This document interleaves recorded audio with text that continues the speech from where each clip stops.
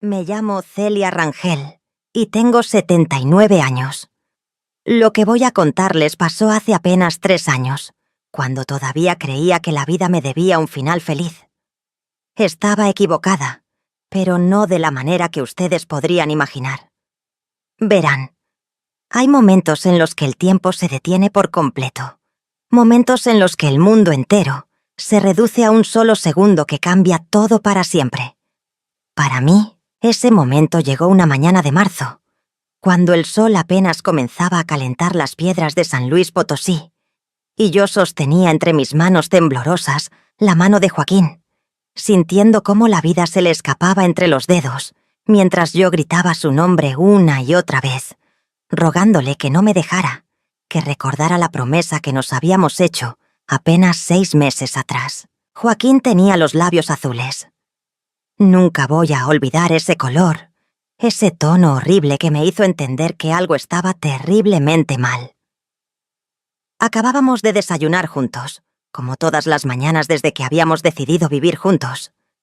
Él estaba contándome una historia de cuando era niño, de cómo su abuela le enseñó a sembrar frijoles en el patio de su casa. Se reía con esa risa suave que tanto me gustaba, esa que hacía que las arrugas alrededor de sus ojos se marcaran más. Y de repente, de un segundo a otro, dejó de hablar. Se llevó la mano al pecho, abrió los ojos muy grandes, y yo supe. Algo en mi interior, algo antiguo y sabio, me gritó que esto era el final. No quise creerlo. Me negué a creerlo. Pero cuando lo vi caer de la silla, cuando escuché el golpe seco de su cuerpo contra el piso de mosaico, cuando corrí hacia él y lo tomé entre mis brazos, sintiendo cómo su corazón latía descontroladamente contra mi mano, supe que la vida nos estaba arrebatando lo que apenas habíamos recuperado. Los paramédicos llegaron en 15 minutos. Yo sé que fueron 15 minutos porque no dejé de mirar el reloj de pared, ese reloj antiguo que Joaquín había colgado en la sala diciendo que le recordaba a su infancia. 15 minutos eternos en los que le hablé sin parar. Le rogué que resistiera. Le recordé todas las promesas que nos habíamos hecho. Le hablé de los viajes que íbamos a hacer, de las tardes en el parque que nos quedaban por vivir, de los nietos que todavía no conocíamos juntos. Pero Joaquín ya no me escuchaba. Sus ojos me miraban, pero había algo vacío en ellos, algo que me decía que ya se estaba yendo a un lugar donde yo no podía seguirlo todavía. Pero déjenme regresar al principio, porque esta historia no empieza con una tragedia. Esta historia empieza con una esperanza, con un amor de juventud que creí perdido para siempre, con un reencuentro que me hizo creer en los milagros a mis 76 años. Pero antes de continuar, quiero pedirles algo. Si esta historia les está llegando al corazón, si sienten que vale la pena escucharla hasta el final, me harían un favor enorme dándole like a este video. Sé que parece poco, pero cada like, cada suscripción, cada comentario que dejan contándome de qué ciudad o país nos están escuchando, nos ayuda a que estas historias lleguen a más personas que necesitan saber que nunca es tarde para el amor. Nunca es tarde para la felicidad, aunque a veces la vida nos la quite de las manos cuando menos lo esperamos. Suscríbanse al canal, activen la campanita para no perderse las próximas historias y déjenme un comentario contándome qué piensan. Formar parte de esta comunidad nos ayuda a seguir compartiendo estas historias reales que nos recuerdan que la vida, con todo y sus golpes, siempre vale la pena vivirla. Gracias de corazón por estar aquí. Nací en San Luis Potosí, en 1947, en una casita de adobe cerca del centro histórico de la ciudad. Mi familia era humilde, de esas familias donde el dinero alcanzaba justo para lo necesario y ni un peso más.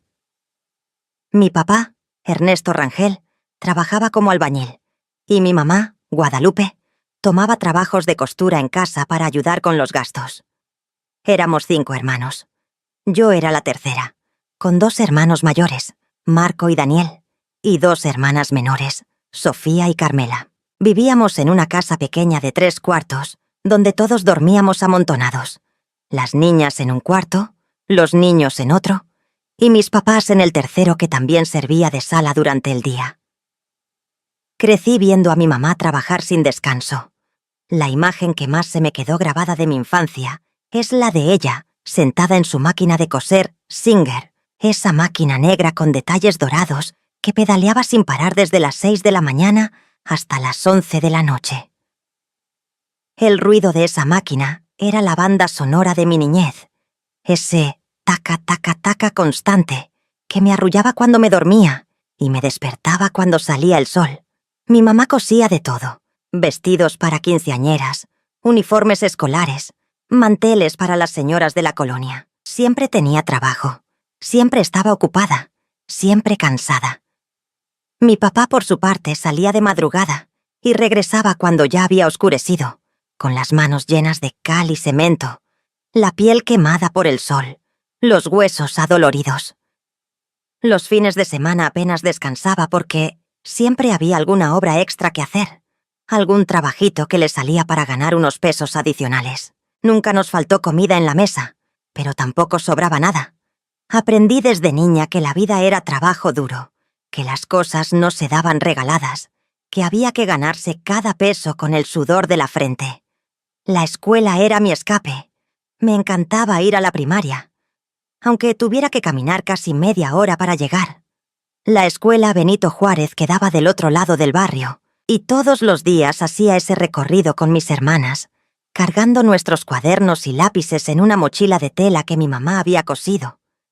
Yo era buena estudiante. Me gustaban las matemáticas y la historia. Soñaba con estudiar para maestra, con tener un trabajo que no me dejara las manos destrozadas como las de mi mamá, llenas de pinchazos de aguja y manchas de tinta.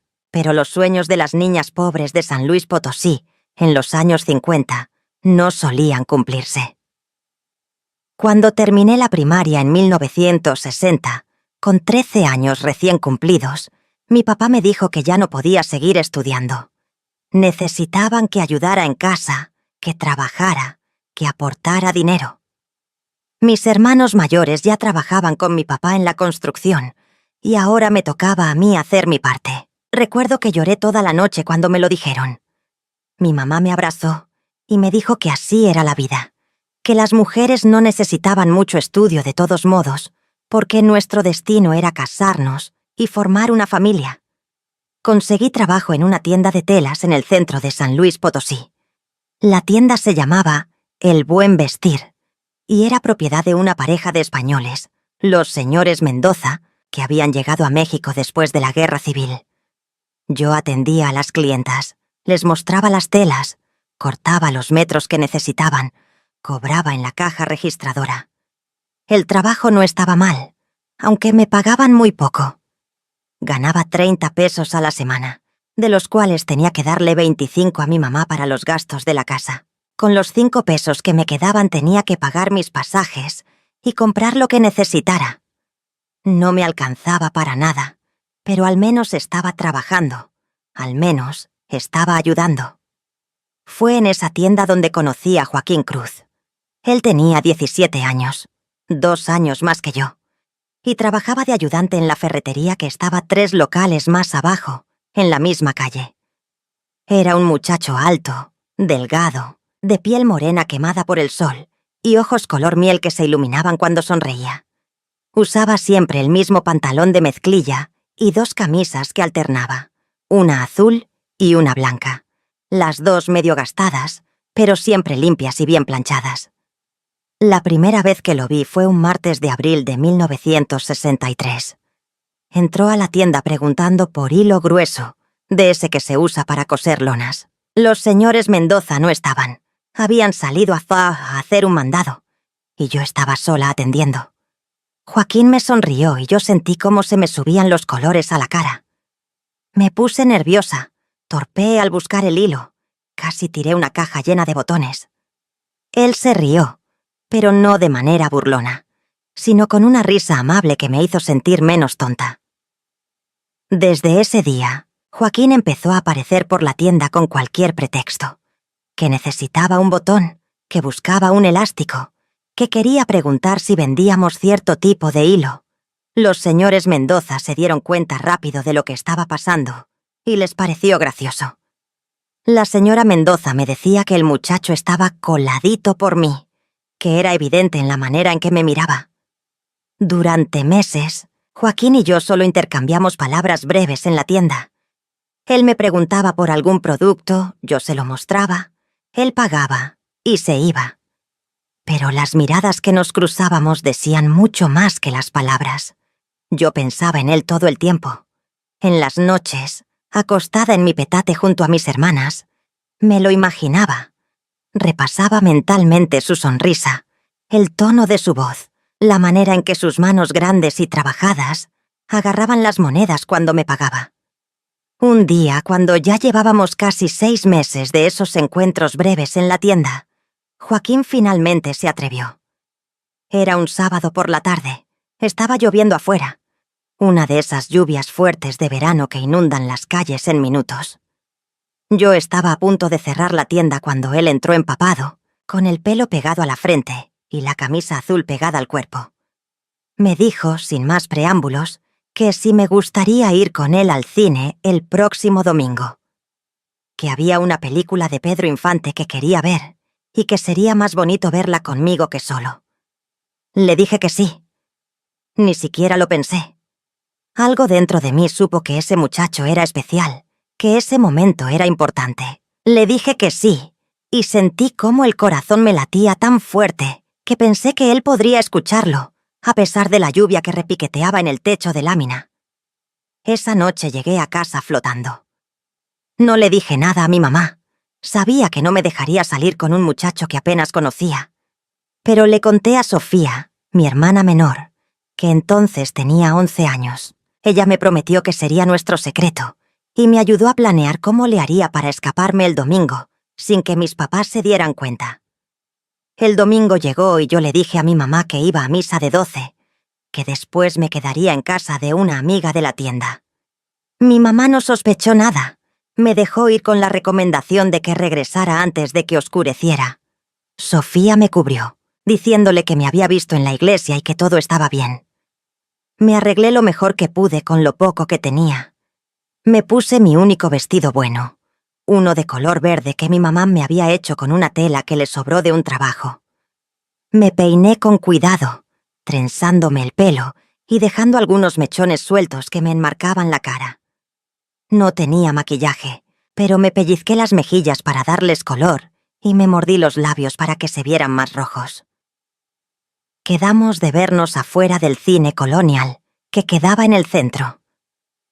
Joaquín ya estaba ahí cuando llegué, esperándome con las manos en los bolsillos y una sonrisa nerviosa. Se veía diferente, más arreglado que de costumbre. Traía puesta una camisa que yo no le había visto antes, de color crema, y se había peinado con gomina. Olía a loción barata pero agradable, una mezcla de limón y hierbas. La película era Nosotros los pobres, aunque ya la habían pasado antes, la estaban repitiendo por su popularidad. Nos sentamos en las butacas de hasta atrás, las más baratas, y durante toda la película yo estuve más consciente de la presencia de Joaquín a mi lado que de lo que pasaba en la pantalla. A mitad de la película, con todo el cuidado del mundo, él movió su mano hasta encontrar la mía. Nuestros dedos se entrelazaron y yo sentí una corriente eléctrica recorrerme todo el cuerpo. Después del cine caminamos por el Jardín Hidalgo.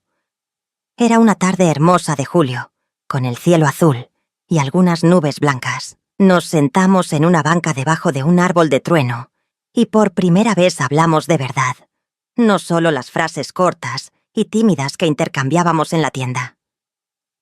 Joaquín me contó de su familia. Era el mayor de 4 hermanos. Su papá había muerto cuando él tenía 12 años en un accidente en la mina donde trabajaba. Desde entonces, Joaquín se había convertido en el sostén de la familia, trabajando en lo que podía para mantener a su mamá y a sus hermanos menores. Me habló de sus sueños. Quería poner un taller propio algún día, un taller mecánico donde pudiera reparar carros. Le gustaban los motores, le fascinaba entender cómo funcionaban las cosas. Pero por ahora tenía que conformarse con trabajar en la ferretería, ganando lo justo para que su familia tuviera que comer. Yo le conté de mi familia también, de mis hermanos, de mi mamá y su máquina de coser que nunca descansaba, de mi papá que llegaba todas las noches con el cuerpo molido. Le conté que había querido estudiar para maestra, pero que no había podido, que a veces me sentía atrapada en una vida que no había elegido. Joaquín me escuchó con atención, con esos ojos color miel fijos en mí, sin interrumpirme. Cuando terminé de hablar, me tomó la mano de nuevo y me dijo algo que nunca olvidaré. Me dijo que yo era la muchacha más bonita e inteligente que había conocido, que desde la primera vez que me vio, supo que quería conocerme mejor, que los últimos 6 meses había estado juntando valor para invitarme a salir. Esa tarde fue el inicio de nuestro noviazgo. Durante los siguientes meses, Joaquín y yo nos veíamos cada vez que podíamos. Nos encontrábamos en el parque los domingos, caminábamos por el centro, nos sentábamos a platicar en las bancas. Yo le seguía mintiendo a mi mamá, diciéndole que iba a casa de amigas o a hacer mandados. Sabía que si le decía la verdad no me dejaría verlo. En esa época, las familias conservadoras como la mía no veían con buenos ojos que las muchachas anduvieran solas con novios. Joaquín era respetuoso, nunca intentó nada indebido conmigo. Lo más atrevido que hicimos fue darnos algunos besos rápidos, cuando estábamos seguros de que nadie nos veía. Pero había tanto amor en esos besos, tanta ternura, que valían más que cualquier cosa. Pasó un año así, un año maravilloso donde yo estaba completamente enamorada. Joaquín y yo hacíamos planes para el futuro. Él me decía que en cuanto juntara suficiente dinero, hablaría con mi papá. Le pediría permiso para casarse conmigo. Yo soñaba despierta con esa vida, con tener una casita propia, con despertar cada mañana al lado de Joaquín. Pero la vida tenía otros planes para nosotros. En enero de 1965, cuando yo tenía 17 años y Joaquín 19, su mamá se enfermó. Era algo del corazón, me dijo Joaquín con lágrimas en los ojos. Los médicos decían que necesitaba una operación, pero no tenían dinero para pagarla. Joaquín estaba desesperado. Trabajaba el doble de horas en la ferretería, buscaba trabajos extras donde podía, pero no era suficiente. Un día me dijo que tenía que irse. Su tío, el hermano de su mamá, le había conseguido un trabajo en Monterrey, en una fábrica. Pagaban mucho mejor que en San Luis Potosí, el triple de lo que ganaba en la ferretería. Si se iba para allá, podía mandar dinero suficiente para pagar la operación de su mamá, para mantener a sus hermanos, para eventualmente juntar lo necesario para regresar y casarnos. Le dije que esperaría, le prometí que no importaba cuánto tiempo tardara, yo lo esperaría. Joaquín me abrazó y lloró en mi hombro. Me dijo que me amaba, que volvería por mí, que algún día seríamos marido y mujer. Se fue una mañana de febrero. Yo fui a despedirlo a la estación de autobuses, escondida detrás de un poste para que nadie me viera. Lo vi subirse al camión con su maleta de cartón, lo vi sentarse junto a la ventana. Lo vi levantar la mano para despedirse mientras el autobús arrancaba. Lloré todo el camino de regreso a casa. Durante los primeros meses, Joaquín y yo nos escribíamos cartas. Él me contaba de Monterrey, del trabajo en la fábrica, de la pensión donde vivía compartiendo cuarto con otros 4 trabajadores. Me mandaba algo de dinero cuando podía, 5 o 10 pesos que yo guardaba escondidos en una caja debajo de mi cama. Me decía que me extrañaba, que pensaba en mí todo el tiempo, que pronto podría regresar. Pero las cartas fueron llegando cada vez más espaciadas. De una cada semana pasamos a una cada 15 días, luego una al mes. Yo le seguía escribiendo, pero empecé a notar que Joaquín ya no me respondía todo, que sus cartas se habían vuelto más cortas, más distantes. Algo estaba cambiando. Lo sentía en mi corazón, aunque no quería admitirlo. La última carta que recibí de Joaquín fue en octubre de 1965. Era apenas media página. Me decía que la operación de su mamá había salido bien, que ella estaba recuperándose. Me decía que el trabajo en Monterrey era muy pesado, pero que estaba juntando dinero. Me decía que me quería. Pero no me decía cuándo volvería. Ya no había planes concretos. Ya no había promesas de fechas. Le respondí esa carta, y las siguientes 3 que le mandé se quedaron sin respuesta. Para diciembre de 1965, cuando cumplí 18 años, ya había aceptado lo que mi corazón sabía desde hace meses. Joaquín no iba a volver. Algo había pasado en Monterrey. Tal vez había conocido a alguien más. Tal vez simplemente la distancia y el tiempo habían matado lo que sentía por mí. Nunca lo supe con certeza porque nunca más tuve noticias de él. Lloré su ausencia durante meses. Me sentía abandonada, traicionada, aunque una parte de mí entendía que Joaquín había tenido que elegir entre su familia y yo. Y había elegido a su familia. ¿Cómo podía culparlo por eso? Pero el entender no hacía que doliera menos. Mi mamá se dio cuenta de que algo me pasaba. Una noche me encontró llorando en el patio y me preguntó qué tenía. Le conté todo, sobre Joaquín, sobre nuestro noviazgo secreto, sobre cómo se había ido y no había vuelto. Esperaba que se enojara, que me regañara por haberle mentido durante tanto tiempo. Pero, en lugar de eso, mi mamá me abrazó y me dejó llorar en su hombro. Me dijo que el amor a veces dolía así, que la vida no siempre daba lo que uno quería, que tenía que ser fuerte y seguir adelante. Seguí trabajando en la tienda de telas. Los días se volvieron una rutina monótona. Levantarme, ir a trabajar, regresar a casa, ayudar a mi mamá, dormir. Los domingos ya no eran especiales porque ya no tenía a Joaquín esperándome. Dejé de soñar con el futuro, dejé de hacer planes. Solo existía, sobrevivía. En 1967, cuando tenía 20 años, conocí a Roberto Méndez. Era cliente frecuente de la tienda. Compraba telas para su mamá, que era costurera. Roberto tenía 25 años. Trabajaba como contador en una empresa de autobuses. Era un hombre serio, responsable, de buena familia. No me hacía sentir lo que Joaquín me había hecho sentir. No había mariposas en el estómago ni electricidad cuando me tocaba la mano. Pero era amable, respetuoso, y estaba genuinamente interesado en mí. Roberto empezó a cortejarme de manera formal. Habló con mi papá, le pidió permiso para visitarme en casa los domingos. Mi papá aceptó encantado. Veía en Roberto un buen partido para mí, alguien con educación y trabajo estable. Mi mamá también aprobaba. Me decía que Roberto era un hombre bueno que podría darme una vida segura. Yo acepté sus atenciones sin mucho entusiasmo, pero también sin resistencia. A mis 20 años ya me consideraban quedada en mi barrio. Varias de las muchachas con las que había crecido ya estaban casadas, algunas ya tenían hijos. Sentía la presión social, la mirada de lástima de las vecinas cuando me veían pasar sola. Y además, una parte de mí quería olvidar a Joaquín. Quería enterrar ese amor que solo me había traído dolor.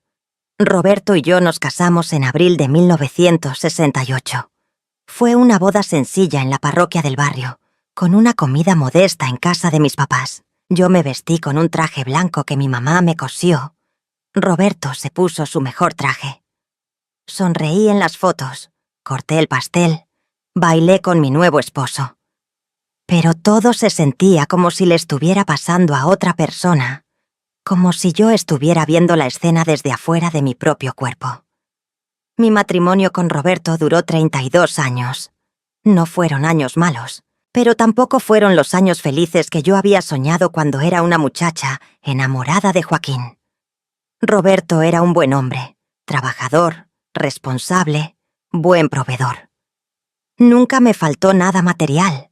Siempre tuve techo, comida, ropa.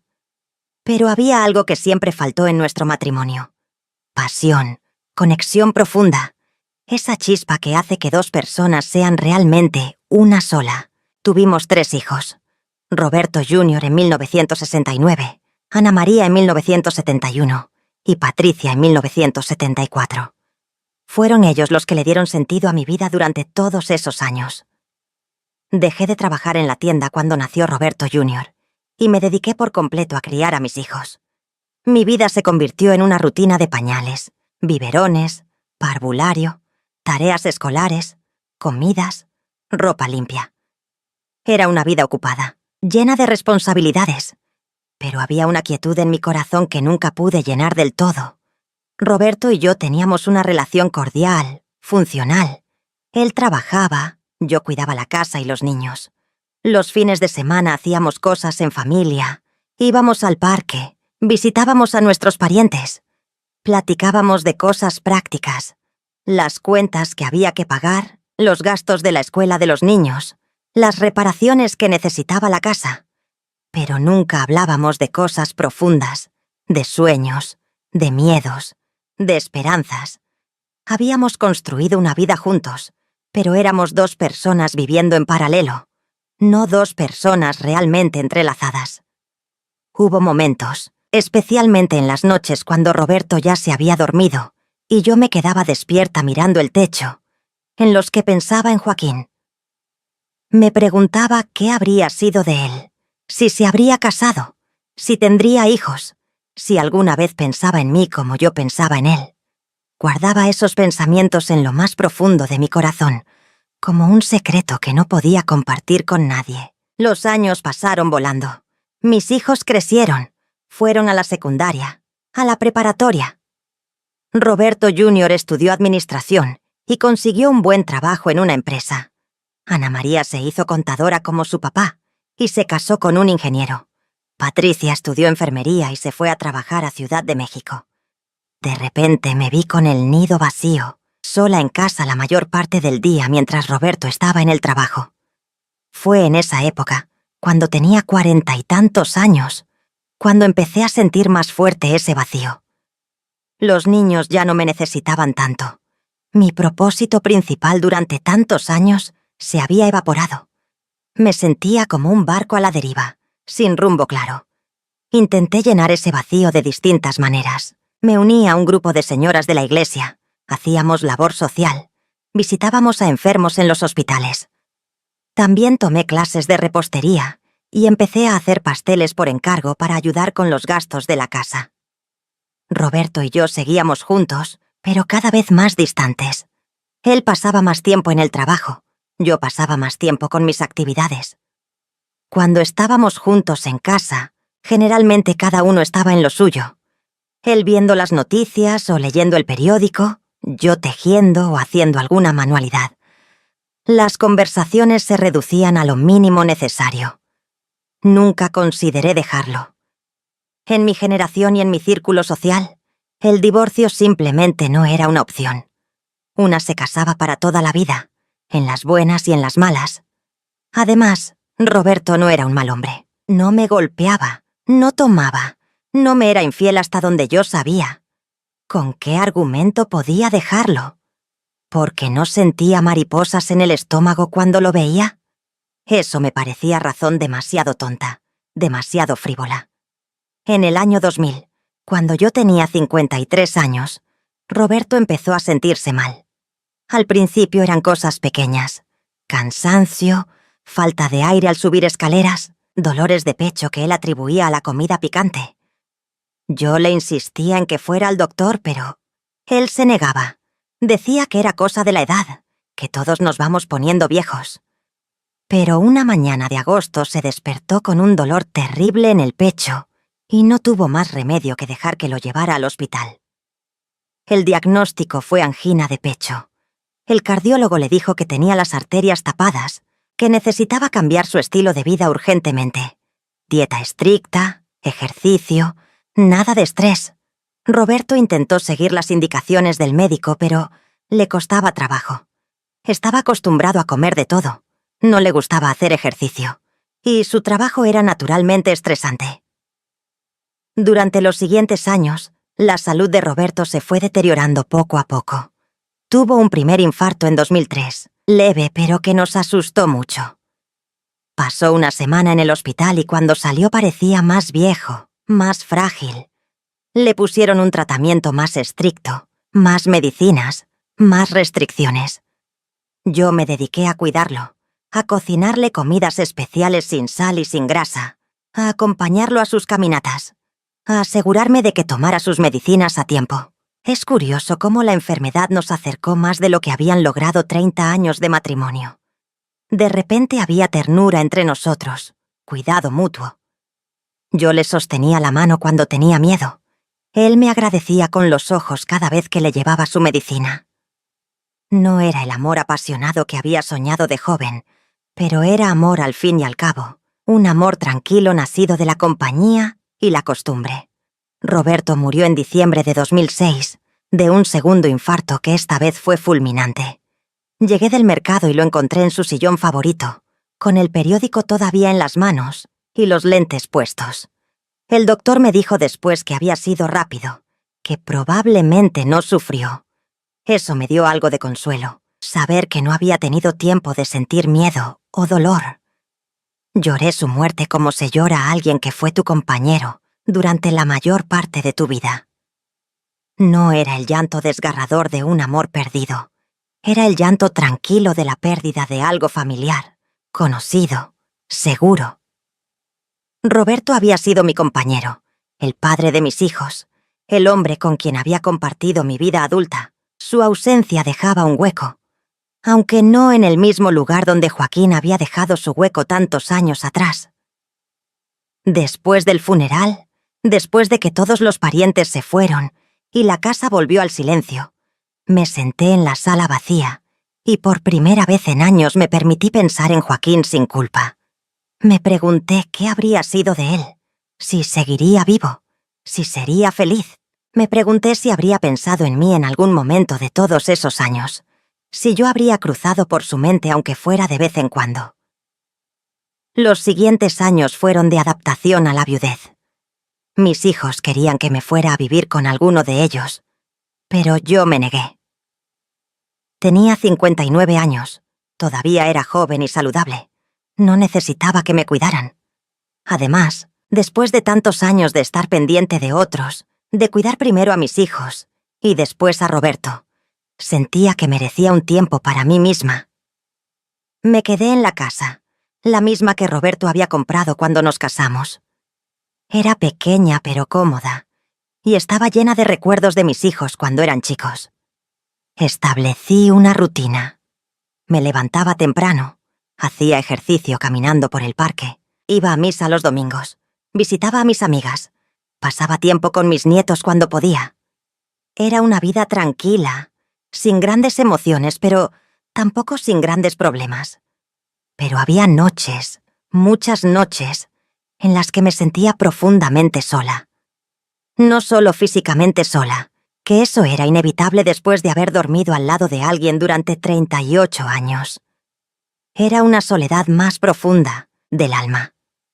Era la sensación de que había vivido toda mi vida sin haber experimentado realmente esa conexión profunda que el corazón anhela, ese amor que te hace sentir completa, entendida, vista. Pensaba cada vez más en Joaquín.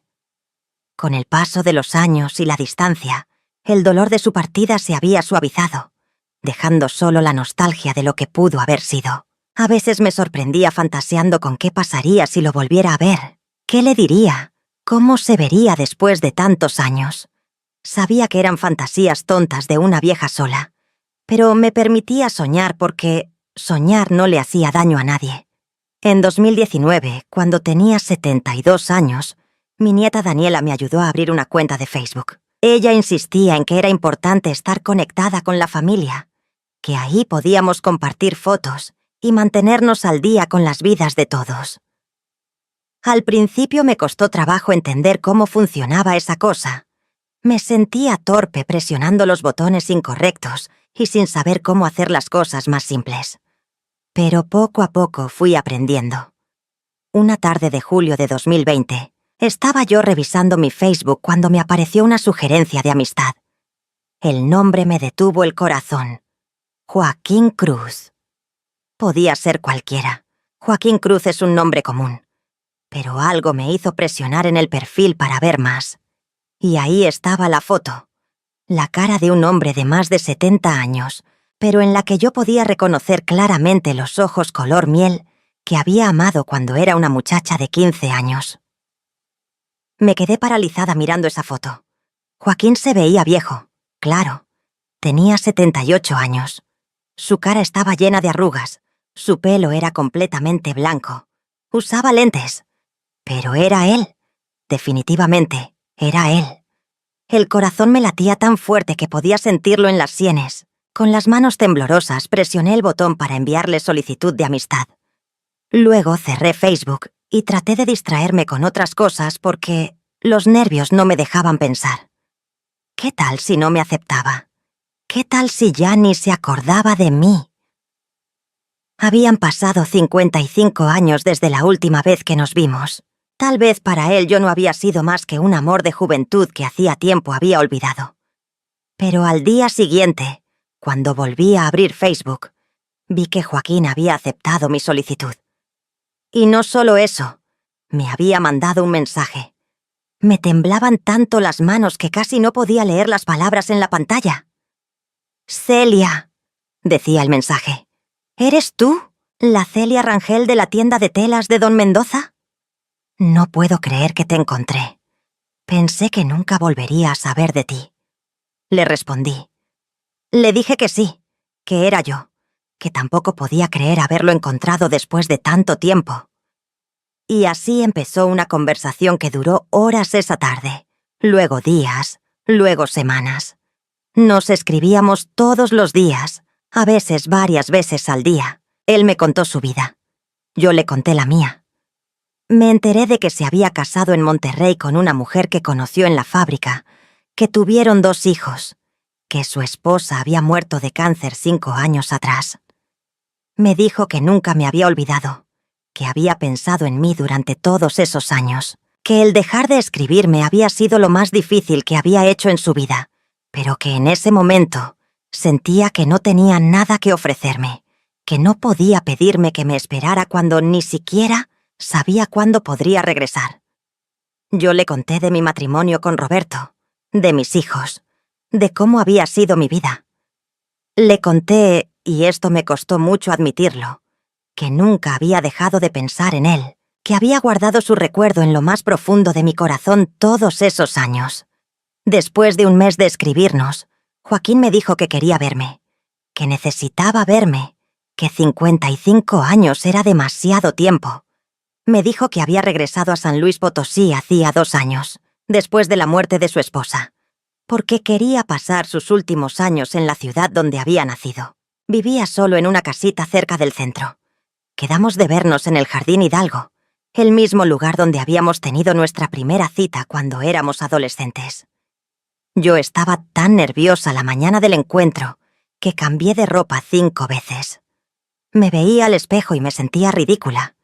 Era una mujer de 73 años, llena de arrugas y canas, con el cuerpo marcado por 3 embarazos y décadas de vida. ¿Qué iba a pensar Joaquín cuando me viera? Llegué al jardín 15 minutos antes de la hora acordada. Me senté en una banca bajo los árboles y traté de calmar los nervios. A las 4 en punto lo vi llegar. Caminaba despacio, con un bastón que lo ayudaba a mantener el equilibrio. Vestía pantalón de mezclilla y una camisa azul, como aquella que usaba cuando nos conocimos. Nuestras miradas se encontraron a la distancia, y los 2 sonreímos al mismo tiempo. Cuando llegó hasta la banca, nos quedamos parados uno frente al otro sin saber qué hacer. ¿Nos dábamos la mano? ¿Nos abrazábamos? Un beso en la mejilla. Finalmente Joaquín extendió los brazos, y yo me metí en ellos, y nos abrazamos por primera vez en 55 años. Y cuando sentí sus brazos alrededor de mí, cuando olí su perfume que ya no era el mismo de antes, pero que igual me resultaba familiar en algún nivel profundo, sentí que algo en mi interior se acomodaba en su lugar, como una pieza de rompecabezas que finalmente encuentra dónde encajar. Nos sentamos en la banca y hablamos durante horas. Reímos recordando nuestras citas de adolescentes. Lloramos hablando de todas las cosas que habíamos perdido en esos años separados. Nos tomamos de las manos como hacíamos antes. El tiempo se había detenido y a la vez había volado. Éramos viejos, sí, pero en muchos sentidos seguíamos siendo los mismos muchachos que se habían enamorado en una tienda de telas en 1963. Desde ese día, Joaquín y yo nos volvimos inseparables. Nos veíamos casi todos los días. Él venía a mi casa, o yo iba a la suya. Cocinábamos juntos, veíamos películas, platicábamos por horas. Descubrimos que a pesar de haber vivido vidas completamente diferentes, a pesar de los años y la distancia, seguíamos conectando a un nivel profundo. Podíamos hablar de todo y de nada, compartir silencios cómodos, entendernos con solo una mirada. Mis hijos al principio se sorprendieron cuando les conté que estaba viendo a alguien. Roberto Jr. en particular se mostró escéptico. Me decía que tuviera cuidado, que no fuera a dejar que alguien se aprovechara de mí. Pero cuando conocieron a Joaquín, cuando vieron cómo me trataba, cómo me cuidaba, cómo me hacía sonreír de una manera que ellos no me habían visto sonreír en años, me dieron su bendición. Si les soy sincera, tuve que hacer una pausa cuando las cosas entre Joaquín y yo empezaron a ponerse serias. Déjenme darle like a este video para ayudar a que más personas conozcan esta historia, porque lo que viene es realmente importante, y sé que muchas de ustedes que están escuchando podrán identificarse con esto.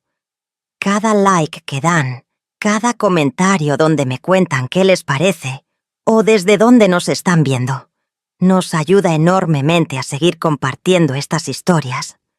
A los 6 meses de habernos reencontrado, Joaquín me preguntó si quería irme a vivir con él. No me propuso matrimonio. Ambos habíamos estado casados antes, y a nuestra edad esas formalidades ya no parecían tan importantes. Pero me dijo que quería pasar el tiempo que nos quedara juntos, que había perdido demasiados años lejos de mí, y no quería desperdiciar ni un día más. Acepté. Vendí mi casa y me mudé a la de Joaquín en enero de 2021, cuando yo tenía 73 años y él 78. Mis hijos me ayudaron con la mudanza, aunque Patricia me comentó en privado que le parecía raro verme tan feliz y tan enamorada a mi edad. Le dije que el amor no tiene edad, que el corazón no entiende de calendarios. Vivir con Joaquín era diferente a como había sido vivir con Roberto. Con Roberto todo había sido rutina, previsibilidad, cumplimiento de roles establecidos. Con Joaquín había espontaneidad, complicidad, pasión. Sí, pasión. Aunque les parezca extraño tratándose de 2 personas de más de 70 años. No era la pasión física desenfrenada de la juventud, pero era pasión al fin. Pasión en las conversaciones profundas que teníamos en las noches. Pasión en la forma en que nos mirábamos. Pasión en los besos que nos dábamos, sin importarnos que nuestros labios ya no fueran los tersos labios de la juventud. Establecimos nuestras propias rutinas. Nos levantábamos temprano y desayunábamos juntos, siempre en la cocina, tomando nuestro tiempo para comer y platicar sobre lo que haríamos ese día. Joaquín cocinaba a veces, yo cocinaba otras. Salíamos a caminar por las tardes, tomados de la mano como adolescentes. Los domingos íbamos juntos a misa y después a comer a algún restaurante sencillo del centro. Pero lo que más disfrutaba eran las noches. Nos sentábamos en la sala, cada uno en su sillón favorito, y veíamos la televisión o simplemente platicábamos. Joaquín me contaba historias de su vida en Monterrey, de las cosas que había visto, de los lugares donde había trabajado. Yo le contaba de mis hijos cuando eran pequeños, de las travesuras que hacían, de cómo había sido criarlos prácticamente sola, porque Roberto siempre estaba trabajando. Había tanto que recuperar, tantos años que contarnos. A veces me despertaba en medio de la noche y no podía creer que todo fuera real, que Joaquín estuviera ahí, durmiendo en la cama a mi lado, roncando suavemente como me había contado que siempre roncaba. Me quedaba viéndolo dormir y sentía una gratitud inmensa por tener esta segunda oportunidad, por haber podido encontrarlo de nuevo antes de que fuera demasiado tarde. Hacíamos planes para el futuro. Joaquín quería que viajáramos, que conociéramos lugares que ninguno de los dos había visitado. Hablábamos de ir a Guanajuato, de conocer las playas de Veracruz, de hacer un viaje largo en autobús visitando pueblos mágicos. Yo estaba emocionada con esos planes. Me sentía joven otra vez, llena de ilusión. Hablábamos también de envejecer juntos. Joaquín me decía que quería que estuviéramos juntos hasta el final, que cuando llegara el momento de partir, quería que fuera con mi mano entre las suyas. Yo le decía lo mismo. Nos prometimos que nos cuidaríamos mutuamente, que estaríamos el uno para el otro en la enfermedad y en la salud, en los días buenos y en los malos. Esas promesas las hicimos en agosto de 2022, una noche en la que estábamos sentados en el patio de la casa, viendo las estrellas. Joaquín me tomó la mano y me dijo: «Celia, perdí 55 años contigo. No voy a perderte nunca más. Estaré contigo hasta que uno de los dos se tenga que ir, y aún después, porque el amor que te tengo no se va a acabar con la muerte». Lloré cuando me dijo eso. Lloré de felicidad, de gratitud, de amor. Le dije que yo sentía lo mismo, que estos últimos 2 años habían sido los más felices de mi vida. Más felices incluso que mi juventud, porque ahora sabía apreciar lo que tenía. Sabía el valor de encontrar a alguien que te entiende, que te ve, que te ama, no a pesar de tus años y tus arrugas, sino incluyéndolos. Esa noche hicimos un pacto. Decidimos que haríamos una lista de todas las cosas que queríamos hacer juntos, antes de que fuera demasiado tarde. La llamamos nuestra lista de vida, porque era justamente eso, una lista de las cosas que queríamos vivir. La lista incluía cosas grandes y pequeñas. Viajar a Guanajuato, ir a un concierto de música que nos gustara, plantar un árbol juntos, aprender a bailar salsa aunque nos dolieran las rodillas, escribir nuestras historias para nuestros nietos, hacer un álbum de fotos con todas las fotos que pudiéramos encontrar de cuando éramos jóvenes. Algunas cosas nos parecían tontas, pero las incluimos de todos modos porque el punto no era hacer cosas importantes, sino hacer cosas juntos. Empezamos a trabajar en la lista inmediatamente. En septiembre fuimos a Guanajuato, nuestro primer viaje juntos. Nos quedamos en un hotelito sencillo en el centro. Caminamos por los callejones aunque se nos cansaran los pies. Visitamos el Museo de las Momias aunque nos diera un poco de miedo. Comimos en restaurantes típicos. Nos tomamos fotos en cada lugar, siempre abrazados, siempre sonriendo. Joaquín me decía que quería documentar cada momento porque estos eran los mejores días de su vida. En octubre plantamos un árbol de limonero en el patio de la casa. Joaquín hizo el hoyo. Yo ayudé a meter el arbolito. Los dos echamos tierra alrededor. Joaquín dijo que ese árbol nos sobreviviría, que cuando nosotros ya no estuviéramos seguiría dando limones. Y eso de alguna manera era bonito, saber que algo de nosotros permanecería. En noviembre empezamos a recopilar fotos viejas. Yo busqué en cajas que no había abierto en años y encontré fotos de cuando era joven, algunas incluso de la época en que Joaquín y yo andábamos. Había una foto en particular que me hizo llorar. Era yo a los 16 años, parada fuera de la tienda de Don Mendoza, sonriendo a la cámara.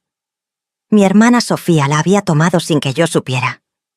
En esa foto yo era joven, delgada, de piel tersa, con el pelo largo y negro.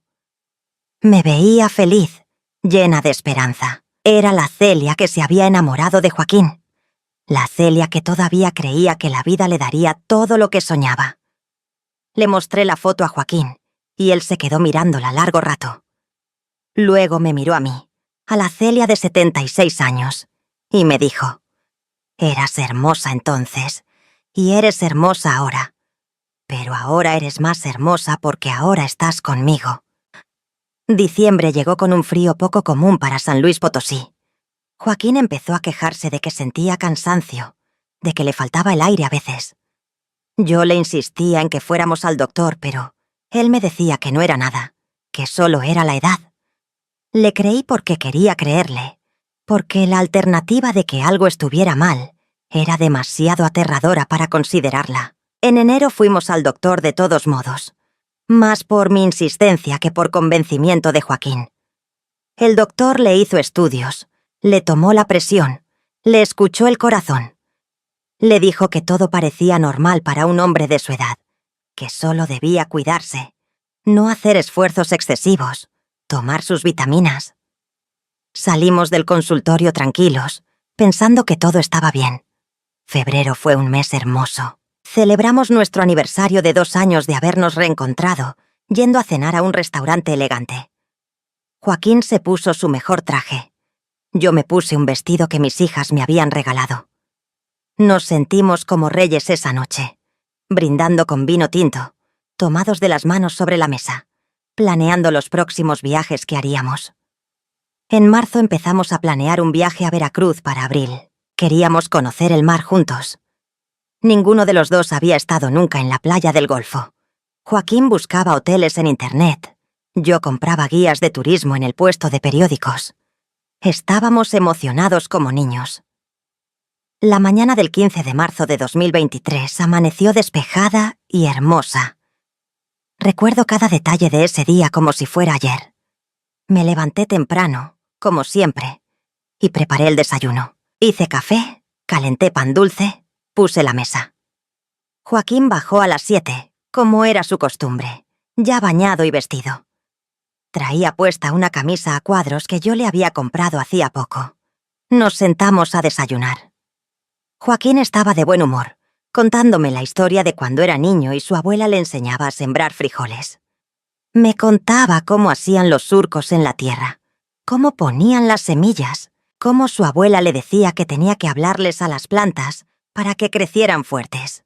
Se reía recordando cómo él, siendo un niño de apenas 6 años, le cantaba a las plantas. Yo lo escuchaba feliz, disfrutando su risa, esa risa que tanto me gustaba. Tomé un sorbo de mi café. Sonreí mientras él continuaba su historia. Y entonces, de un segundo a otro, todo cambió. Joaquín dejó de hablar a mitad de una frase. Se llevó la mano al pecho, presionando fuerte, y sus ojos se abrieron muy grandes. Hizo un sonido extraño, como si tratara de tomar aire pero no pudiera.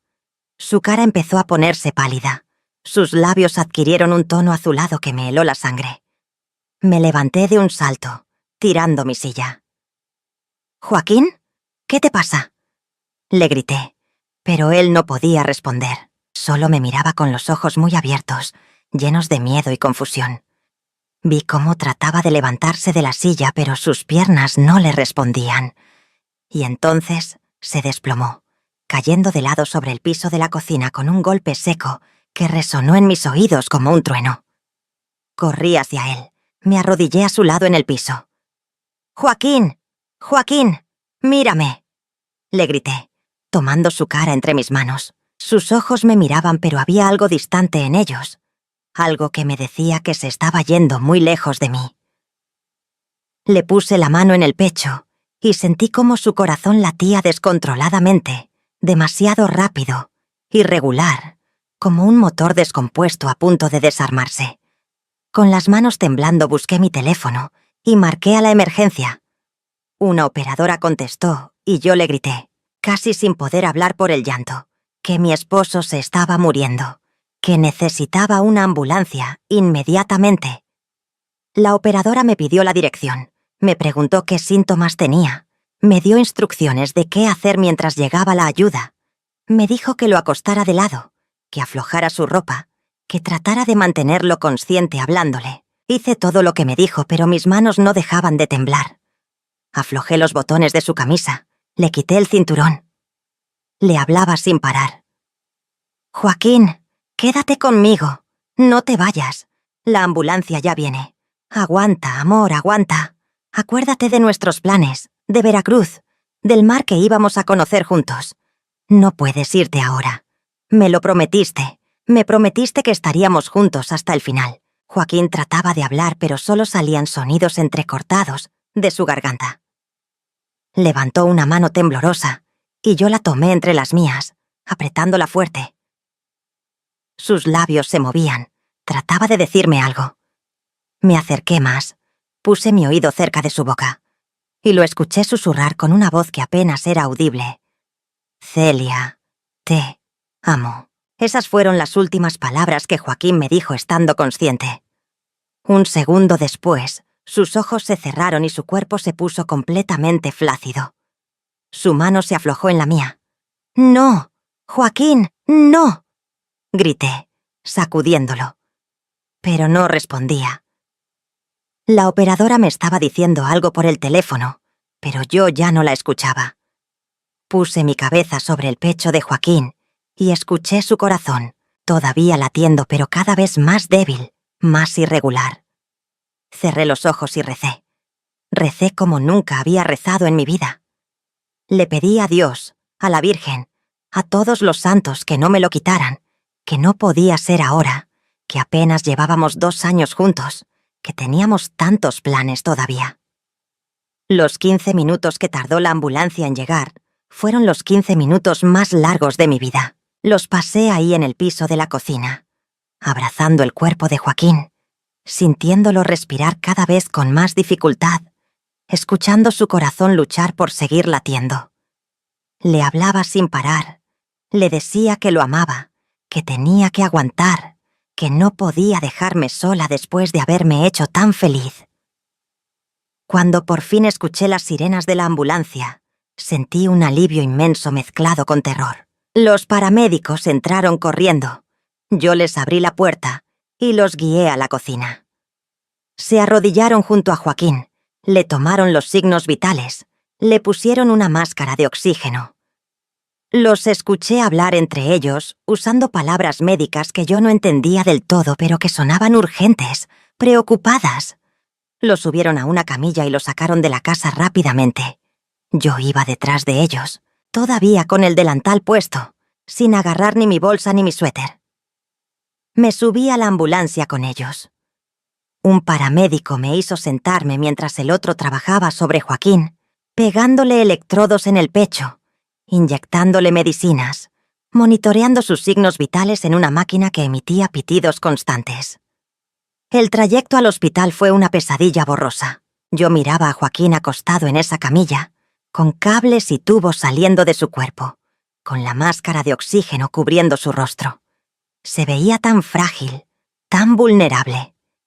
Este era el mismo hombre que apenas ayer había cargado las bolsas del mercado, que había reído conmigo viendo una película, que me había besado antes de dormirnos. Y ahora estaba ahí, inconsciente, luchando por su vida. Cuando llegamos al hospital lo llevaron directo a urgencias. Una enfermera me detuvo en la puerta. Me dijo que no podía pasar, que los doctores tenían que trabajar. Me llevó a una sala de espera y me dijo que alguien vendría a darme información pronto. Me quedé ahí sentada, sola, en shock, todavía procesando lo que había pasado en los últimos 30 minutos. Saqué mi teléfono con manos temblorosas y llamé a mis hijos. Roberto Jr. contestó al segundo timbre. Cuando escuchó mi voz quebrada, supo inmediatamente que algo malo había pasado. Le conté lo que había sucedido. Traté de explicarle entre sollozos. Me dijo que venía para allá inmediatamente, que llamaría a sus hermanas. Colgó y yo me quedé ahí, sosteniendo el teléfono, sintiendo cómo las lágrimas corrían por mis mejillas. 1 hora después, un doctor salió a hablar conmigo. Mis hijos ya habían llegado para entonces. Los 3 estaban conmigo. El doctor se quitó los guantes y nos miró con una expresión seria. Nos dijo que Joaquín había sufrido un infarto masivo, que su corazón se había detenido 2 veces en la ambulancia y 2 veces más desde que había llegado al hospital. Que habían logrado estabilizarlo, pero que estaba en estado crítico, en coma inducido, conectado a máquinas que lo mantenían vivo. Pregunté si podía verlo. El doctor asintió, pero me advirtió que lo que vería sería impactante. Mis hijos quisieron acompañarme, pero les dije que quería ir sola. Una enfermera me llevó a la unidad de cuidados intensivos. Me hizo ponerme una bata y me dijo que solo podía estar 15 minutos. Nada me preparó para ver a Joaquín en esa cama de hospital. Estaba conectado a tantas máquinas que apenas podía distinguir su cuerpo entre todos los cables y tubos. Tenía un tubo en la garganta que lo ayudaba a respirar, conectado a un ventilador que hacía un sonido rítmico y mecánico. Varios monitores mostraban líneas y números que subían y bajaban. Sus ojos estaban cerrados, su piel tenía un color grisáceo. Parecía haber envejecido 10 años en cuestión de horas. Me acerqué a la cama con cuidado, tratando de no tocar ningún cable. Busqué un pedacito de piel libre donde pudiera tocarlo y encontré su mano. La tomé entre las mías. Estaba fría, demasiado fría. Me incliné cerca de su oído y le susurré. «Joaquín, soy yo, Celia. Estoy aquí, amor. No estás solo. Por favor, regresa a mí. Por favor, no me dejes». No hubo respuesta, por supuesto. Solo el sonido constante de las máquinas, el pitido del monitor cardíaco, el silbido del ventilador. Me quedé ahí, sosteniendo su mano, hasta que la enfermera vino a decirme que tenía que irme, que volviera en unas horas. Los siguientes 3 días fueron un infierno de espera. Joaquín seguía en coma inducido mientras los doctores trataban de estabilizar su corazón. Yo prácticamente vivía en la sala de espera del hospital. Mis hijos trataban de convencerme de que fuera a casa a descansar, pero yo no quería irme. No quería estar lejos por si acaso pasaba algo, por si acaso Joaquín despertaba y yo no estaba ahí. Me dejaban entrar a verlo cada 4 horas por 15 minutos. Cada vez que entraba a ese cuarto frío de cuidados intensivos, le hablaba, le contaba cosas, le recordaba nuestros planes. Le hablaba del viaje a Veracruz que teníamos planeado, del árbol de limonero que habíamos plantado juntos, de todas las cosas que todavía nos faltaban por hacer.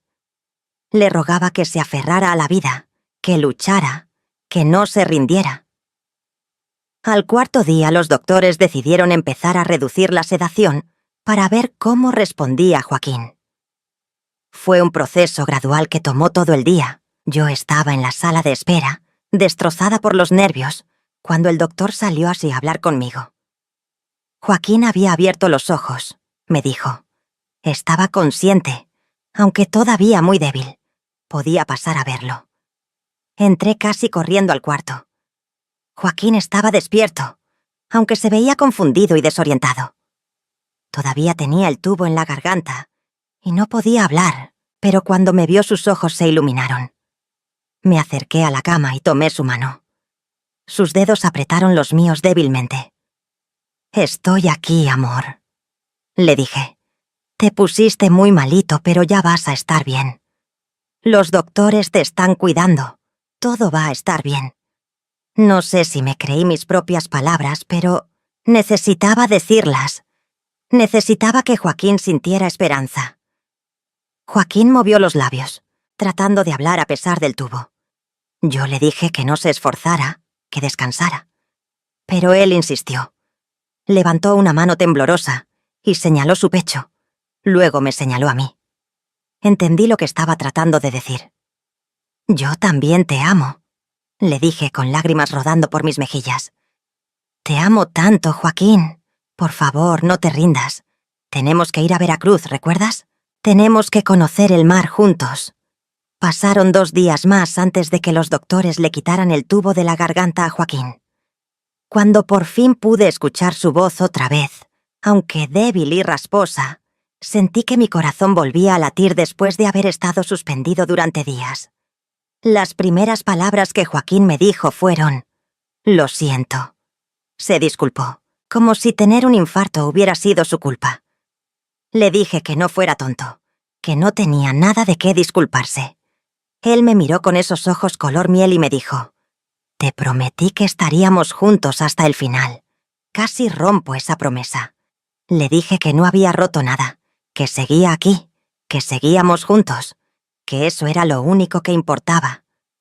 Joaquín estuvo en el hospital 2 semanas más. Los doctores hablaron de hacer una cirugía de bypass, de ponerle un marcapasos, de varios procedimientos que sonaban complicados y caros. Pero el cardiólogo principal finalmente nos dijo la verdad. El corazón de Joaquín estaba muy dañado. Había sufrido demasiado daño durante el infarto.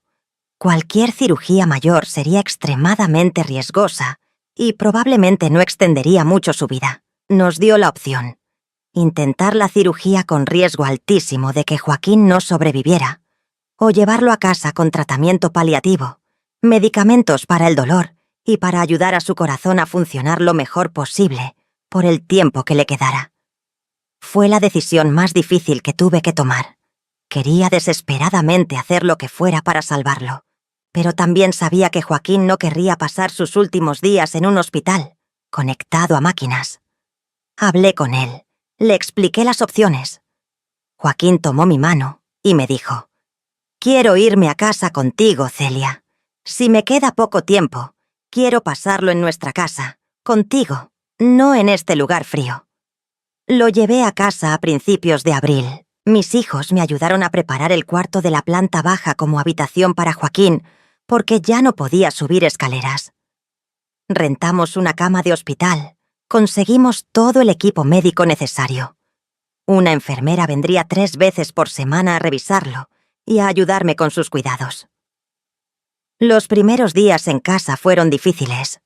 Joaquín estaba muy débil. Apenas podía caminar del cuarto al baño sin quedarse sin aliento. Pero poco a poco fue mejorando, recuperando algo de fuerza. Los medicamentos ayudaban, y creo que estar en casa, en un lugar familiar, también lo ayudó. Establecimos una nueva rutina. Yo dormía en una cama plegable junto a su cama por si necesitaba algo durante la noche. Le daba sus medicinas a las horas exactas que el doctor había indicado. Le preparaba comidas especiales, bajas en sal y grasa, que trataba de hacer lo más sabrosas posible. Leíamos juntos, veíamos películas, escuchábamos música. Joaquín estaba tranquilo, aceptando su situación con una serenidad que yo envidiaba. Una tarde, tal vez 3 semanas después de que volvió a casa, estábamos sentados en el patio viendo nuestro árbol de limonero. Joaquín me dijo: «¿Te acuerdas de nuestra lista de vida, Celia?» Le dije que sí. ¿Cómo iba a olvidarla? «No vamos a poder completarla, ¿verdad?», me preguntó. Yo no supe qué responder. Él continuó: «No voy a poder llevarte a Veracruz. No vamos a poder bailar salsa juntos. No vamos a tener todos esos años que pensábamos tener». Se me hizo un nudo en la garganta, pero traté de ser fuerte. «No importa», le dije. «Lo que importa es que estamos juntos ahora. Eso es más de lo que teníamos hace 3 años. Eso es más de lo que tuvimos durante 55 años». Joaquín sonrió. Esa sonrisa suave que tanto me gustaba. «Tienes razón», dijo.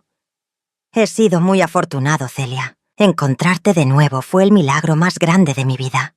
Estos 2 años contigo han valido más que todo el resto de mi vida. Si me muriera mañana, moriría feliz». «No digas eso», le dije, aunque sabía que era la verdad. Los días se convirtieron en semanas, y las semanas en meses. Joaquín tenía días buenos y días malos. Los días buenos podíamos sentarnos juntos en el patio, podía caminar un poco por la casa. Tenía apetito, y hablábamos y reíamos. Los días malos se la pasaba en cama, con dolor, sin fuerzas, apenas comiendo. Yo aprendí a aprovechar los días buenos, a no dar nada por sentado. En junio cumplí 77 años. Mis hijos quisieron hacerme una fiesta, pero les dije que prefería algo sencillo.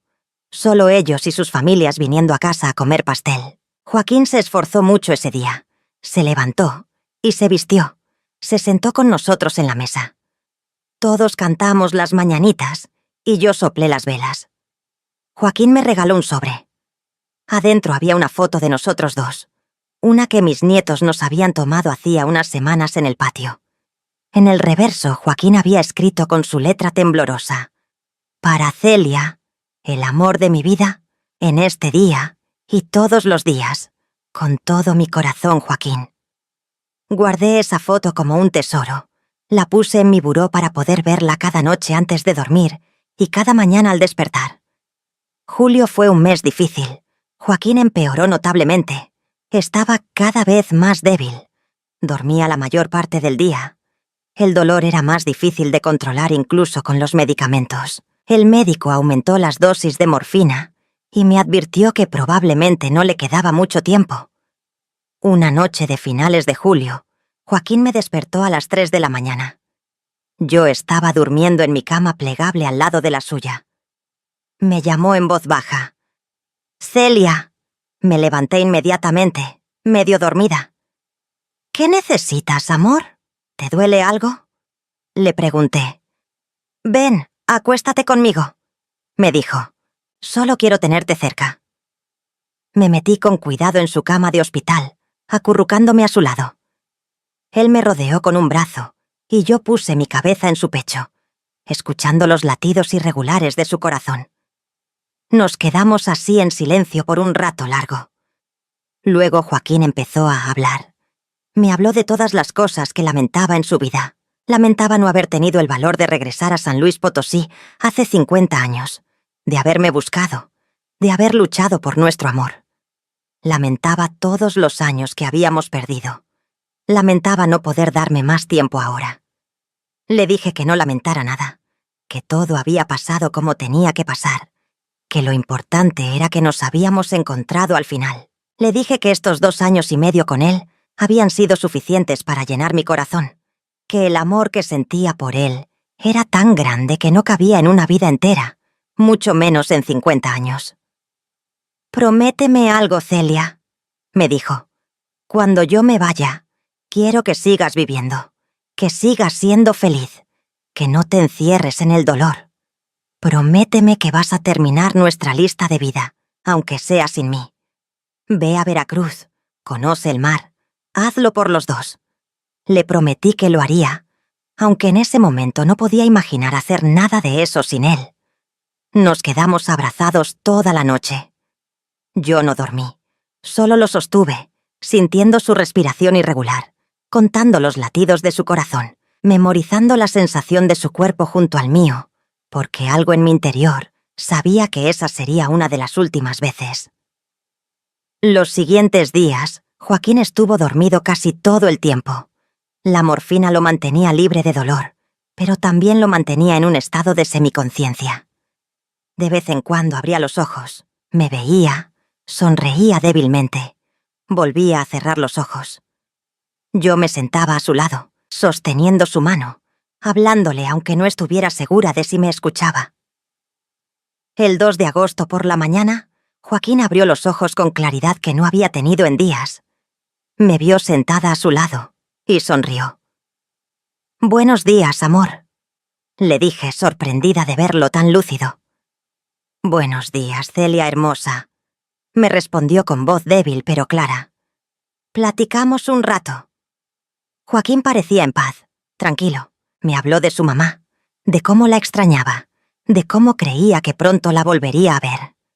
Me habló de su esposa que había muerto, de cómo esperaba que ella entendiera el amor que me tenía a mí, que no borraba lo que había sentido por ella.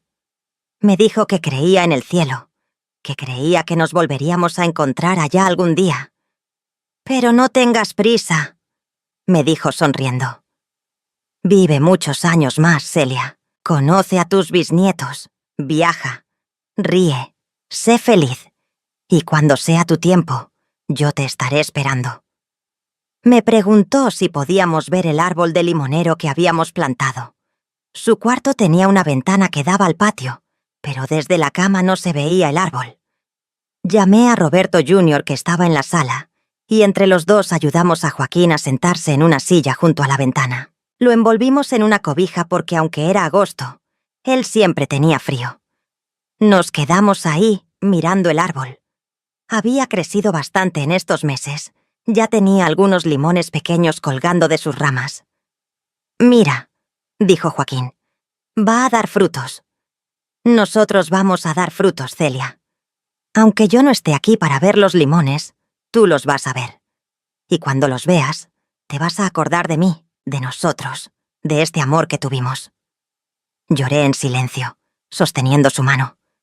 Joaquín me limpió las lágrimas con sus dedos temblorosos. «No llores», me dijo. «Esto no es un final triste, Celia. Esto es una bendición. ¿Cuántas personas nunca conocen el verdadero amor? Nosotros lo conocimos 2 veces en una vida. Eso es un milagro».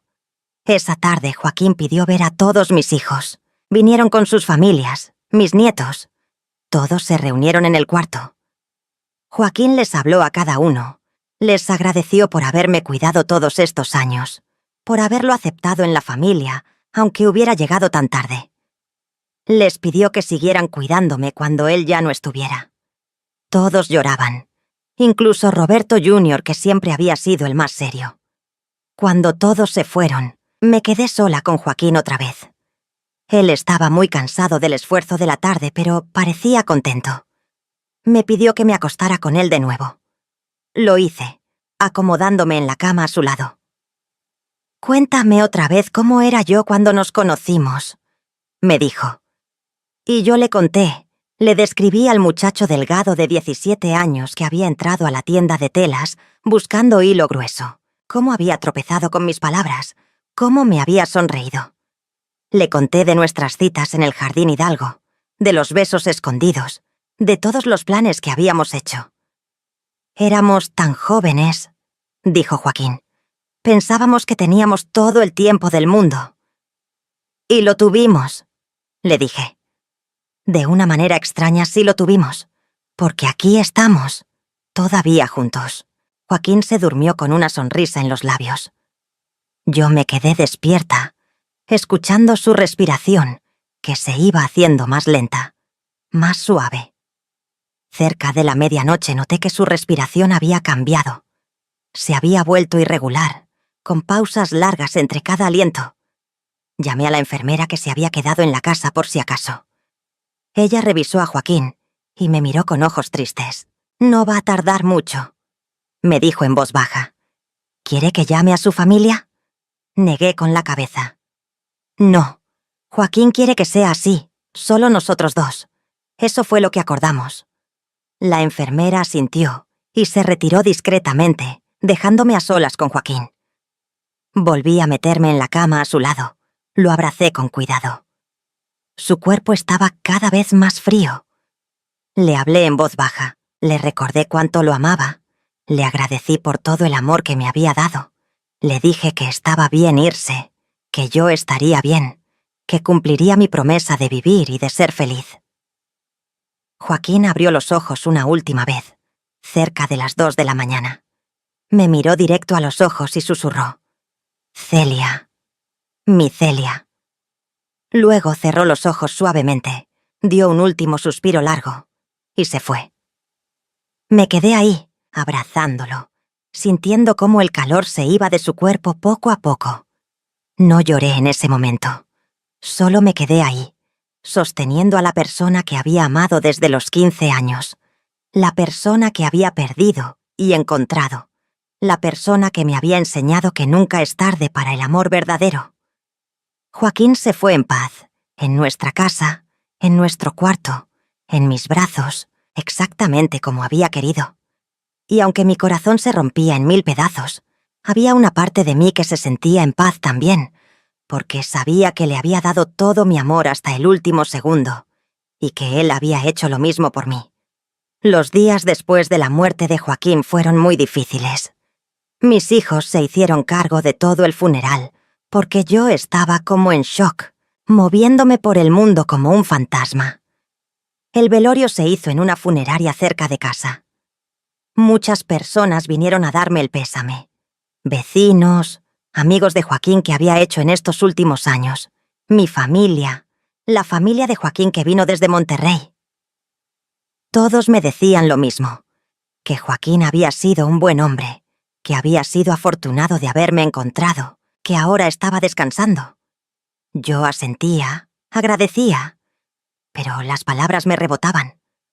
Nada de lo que me dijeran iba ni a hacer que Joaquín regresara. Nada iba a llenar el hueco que había dejado. Lo enterramos el 4 de agosto en el Panteón Municipal. Fue una ceremonia sencilla, como él habría querido.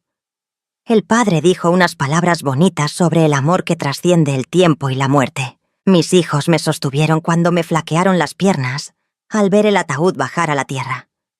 Todos lloramos. Cuando regresé a casa ese día, la casa estaba vacía de una manera que nunca había experimentado antes. Vacía no porque no hubiera muebles, sino porque Joaquín ya no estaba. Su cama de hospital seguía en el cuarto de abajo. Sus medicinas todavía estaban sobre el buró. Su ropa todavía colgaba en el closet. Pero él se había ido y la casa lo sabía. Las primeras semanas fueron las peores. Me levantaba en las mañanas y por un segundo olvidaba que Joaquín había muerto. Preparaba café para 2 por costumbre. Ponía 2 platos en la mesa. Y luego recordaba y el dolor me golpeaba de nuevo, fresco y agudo como si acabara de pasar. Mis hijos se turnaban para venir a visitarme, asegurándose de que comiera, de que no estuviera sola demasiado tiempo. Patricia incluso se quedó conmigo 2 semanas, durmiendo en el cuarto de arriba, haciéndome compañía. Le agradecía sus esfuerzos, pero en el fondo sabía que nadie podía llenar el espacio que Joaquín había dejado. Un mes después de su muerte encontré la fuerza para empezar a organizar sus cosas. Fue doloroso tocar su ropa, olerla todavía con su aroma. Encontré cosas que me hicieron llorar. Notas que me había escrito y guardado en los bolsillos de su camisa. Una foto mía que llevaba en su cartera. Un cuaderno donde había escrito cosas sobre mí, cosas que le gustaban, memorias que no quería olvidar. En ese cuaderno encontré algo que me partió el corazón.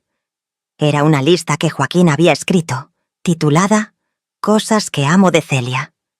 Había anotado 50 cosas, desde la manera en que se ríe cuando ve algo chistoso en la tele, hasta cómo me cuida cuando estoy enfermo, y la forma en que sus ojos brillan cuando hablamos de nuestros planes. Lloré leyendo cada palabra, imaginando a Joaquín sentado en su sillón, escribiendo estas cosas, pensando en mí. Al final de la lista había escrito una nota para mí. Celia, si estás leyendo esto es porque ya me fui. Quiero que sepas que cada día contigo fue un regalo. No te quedes estancada en la tristeza. Cumple nuestros sueños. Vive por los 2. Te amo eternamente. Joaquín. Esas palabras fueron las que me dieron fuerzas para empezar a sanar.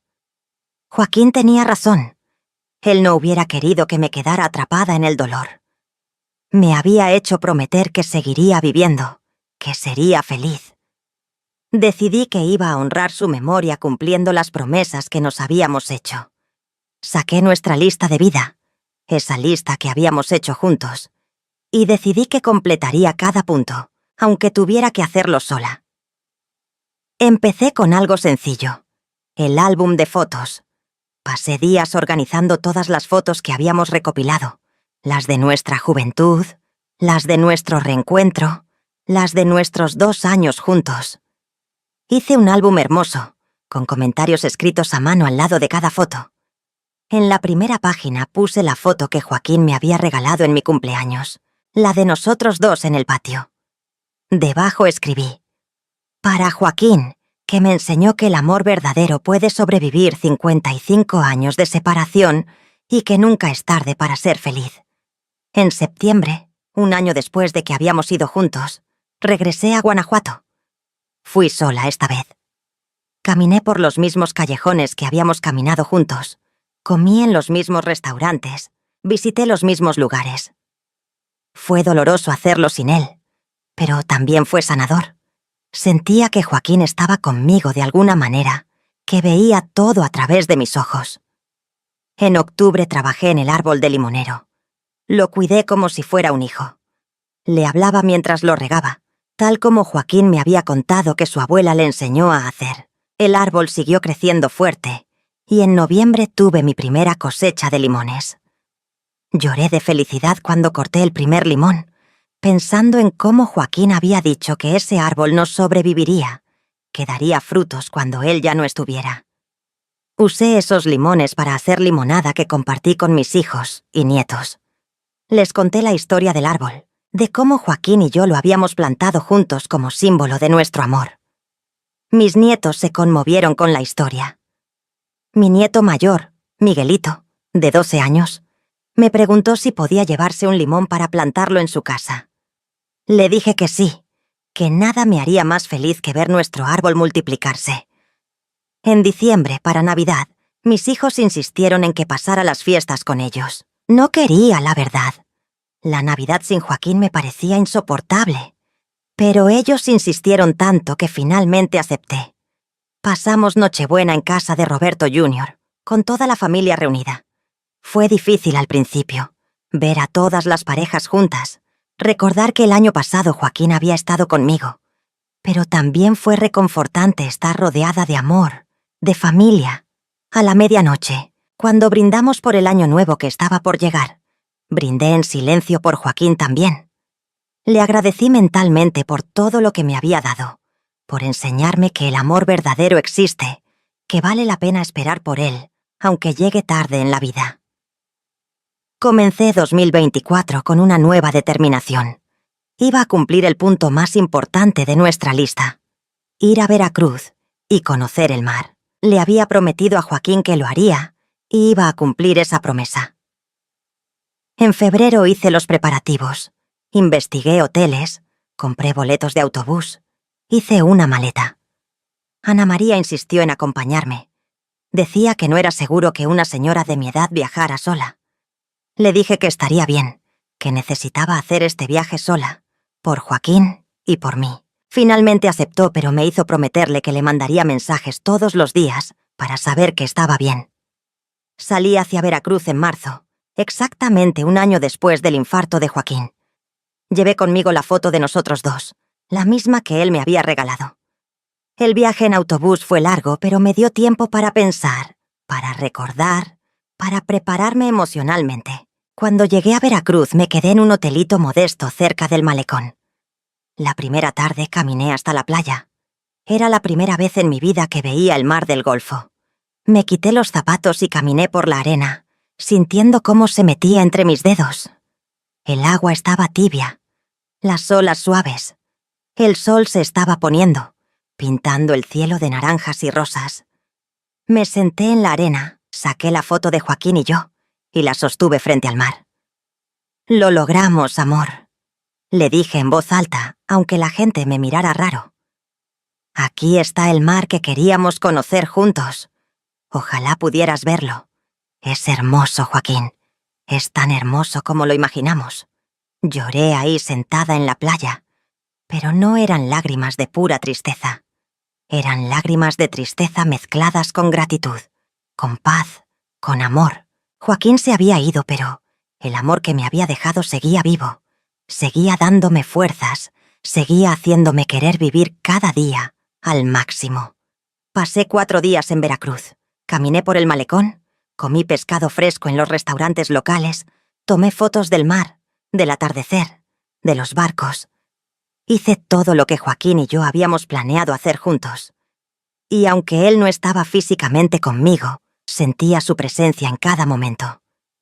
El último día en Veracruz hice algo que no había planeado. Compré 2 collares idénticos en una tienda de artesanías, collares con un dije en forma de corazón. Escribí una nota pequeña que decía: «Para Joaquín, con todo mi amor eterno, Celia». Enrollé la nota. La metí en una botella de vidrio que había comprado, junto con uno de los collares. Sellé la botella y la lancé al mar. Sé que probablemente esa botella nunca llegará a ningún lado importante, que probablemente se romperá en alguna roca o terminará en la basura. Pero en ese momento se sintió como lo correcto, como una manera de dejar algo de nuestro amor en ese mar que habíamos soñado con conocer juntos. Cuando regresé a San Luis Potosí, me sentía diferente, más ligera de alguna manera, como si una parte del peso del dolor se hubiera quedado en esa playa. Todavía extrañaba a Joaquín terriblemente. Todavía había noches en las que lloraba su ausencia. Pero ahora también había días en los que podía sonreír recordándolo, días en los que el amor superaba el dolor. Los meses siguientes seguí trabajando en nuestra lista. Tomé clases de baile, aunque no fuera salsa como habíamos planeado, sino danzón, que era más apropiado para mis rodillas viejas. Aprendí a bailar, torpemente al principio, pero con más gracia después. Cada vez que bailaba pensaba en Joaquín, en cómo se hubiera reído viéndome intentar los pasos. Empecé también a escribir nuestras historias para mis nietos, como Joaquín y yo habíamos planeado. Escribí sobre cómo nos conocimos, sobre nuestro amor de juventud, sobre los años que pasamos separados, sobre nuestro milagroso reencuentro, sobre el amor que tuvimos en nuestros últimos años. Escribí todo con honestidad, con el dolor, pero también con la alegría. Mis nietos se fascinaron con las historias. Miguelito me dijo que cuando fuera grande quería encontrar un amor así, un amor que durara toda la vida aunque hubiera obstáculos. Le dije que se lo deseaba con todo mi corazón, que todos merecíamos conocer un amor como el que Joaquín y yo compartimos. El árbol de limonero siguió creciendo. Para el otoño de 2024 ya era un árbol robusto que daba limones grandes y jugosos. Seguí compartiendo los limones con mi familia y vecinos, siempre contando la historia de cómo Joaquín y yo lo plantamos juntos. El árbol se convirtió en algo especial para todos, un símbolo de amor que perdura más allá de la muerte. En el segundo aniversario de la muerte de Joaquín, el 2 de agosto de 2024, fui al panteón con flores frescas. Limpié su lápida. Le conté todo lo que había hecho en estos 2 años. Le conté del viaje a Veracruz, de las clases de baile, del álbum de fotos, de los limones del árbol. Le dije que estaba cumpliendo mi promesa de vivir, de ser feliz, de honrar nuestra memoria. «Todavía te extraño todos los días», le dije. «Pero ya no es un dolor que me paraliza. Es un dolor dulce, mezclado con todos los recuerdos hermosos que me dejaste. Me enseñaste a amar de verdad, Joaquín. Me enseñaste que el amor puede sobrevivir cualquier cosa, incluso la muerte». Cuando regresé a casa ese día, me senté en el patio junto al árbol de limonero y saqué el collar que había comprado en Veracruz, el gemelo del que había lanzado al mar. Me lo puse alrededor del cuello y sentí el peso del corazón de metal sobre mi pecho, justo encima de mi propio corazón. Decidí que usaría ese collar todos los días como recordatorio. No un recordatorio de la pérdida, sino un recordatorio del amor. Un recordatorio de que tuve la bendición de conocer el amor verdadero, no una, sino 2 veces en mi vida. De que a pesar de todos los años perdidos, al final Joaquín y yo encontramos nuestro camino de regreso, el uno al otro. Ahora tengo 79 años. Han pasado 3 años desde que Joaquín murió, y 5 años desde que nos reencontramos. Vivo sola en la misma casa donde pasamos nuestros últimos meses juntos, rodeada de recuerdos de él en cada rincón. Mis hijos siguen queriendo que me vaya a vivir con alguno de ellos, especialmente ahora que estoy más viejita. Pero me niego. Esta casa es mi hogar. Es donde Joaquín y yo fuimos felices. No quiero dejarla mientras pueda cuidarla. He seguido completando nuestra lista de vida. El año pasado finalmente aprendí a usar bien la computadora, aunque me costó trabajo. Ahora puedo enviar correos electrónicos a mis hijos, ver fotos de mis nietos en Facebook, incluso hacer videollamadas. A veces bromeo diciendo que Joaquín estaría orgulloso de mí, él que apenas sabía aprender una computadora. También he empezado a hacer trabajo voluntario en un asilo de ancianos cerca de mi casa. Voy 2 veces por semana a hacerles compañía a los viejitos que no tienen familia o que su familia no los visita. Les leo, platico con ellos. A veces solo me siento a su lado tomándoles la mano. Lo hago por ellos, pero también lo hago por mí, porque me recuerda lo afortunada que fui de tener a Joaquín al final, de no haber muerto sola. El árbol de limonero ahora es el orgullo del patio. Mis vecinos vienen a pedirme limones, yo se los regalo con gusto. Cada vez que alguien viene por limones, le cuento la historia del árbol. Algunos ya la han escuchado muchas veces, pero nunca se quejan. Creo que les gusta escucharla porque es una historia de amor en un mundo que a veces parece quedarse sin amor. De los limones que he regalado, varios vecinos han plantado sus propios árboles. A veces paso por sus casas y veo los arbolitos creciendo en sus patios, y me llena de felicidad saber que algo que Joaquín y yo empezamos juntos se está multiplicando, alcanzando más vidas. He continuado escribiendo nuestras historias. Lo que empezó como unas cuantas páginas para mis nietos se ha convertido en un libro completo. Con ayuda de Patricia, que sabe usar bien la computadora, hemos juntado todo en un documento de más de 100 páginas. Incluye fotos, cartas que Joaquín y yo intercambiamos en nuestra juventud, las notas que me escribió durante nuestros últimos meses juntos. Es la historia completa de nuestro amor, documentada para que las futuras generaciones de nuestra familia la conozcan. Mis nietos ya más grandes me dicen que debería publicar el libro, que es una historia hermosa que más personas deberían conocer. No lo sé.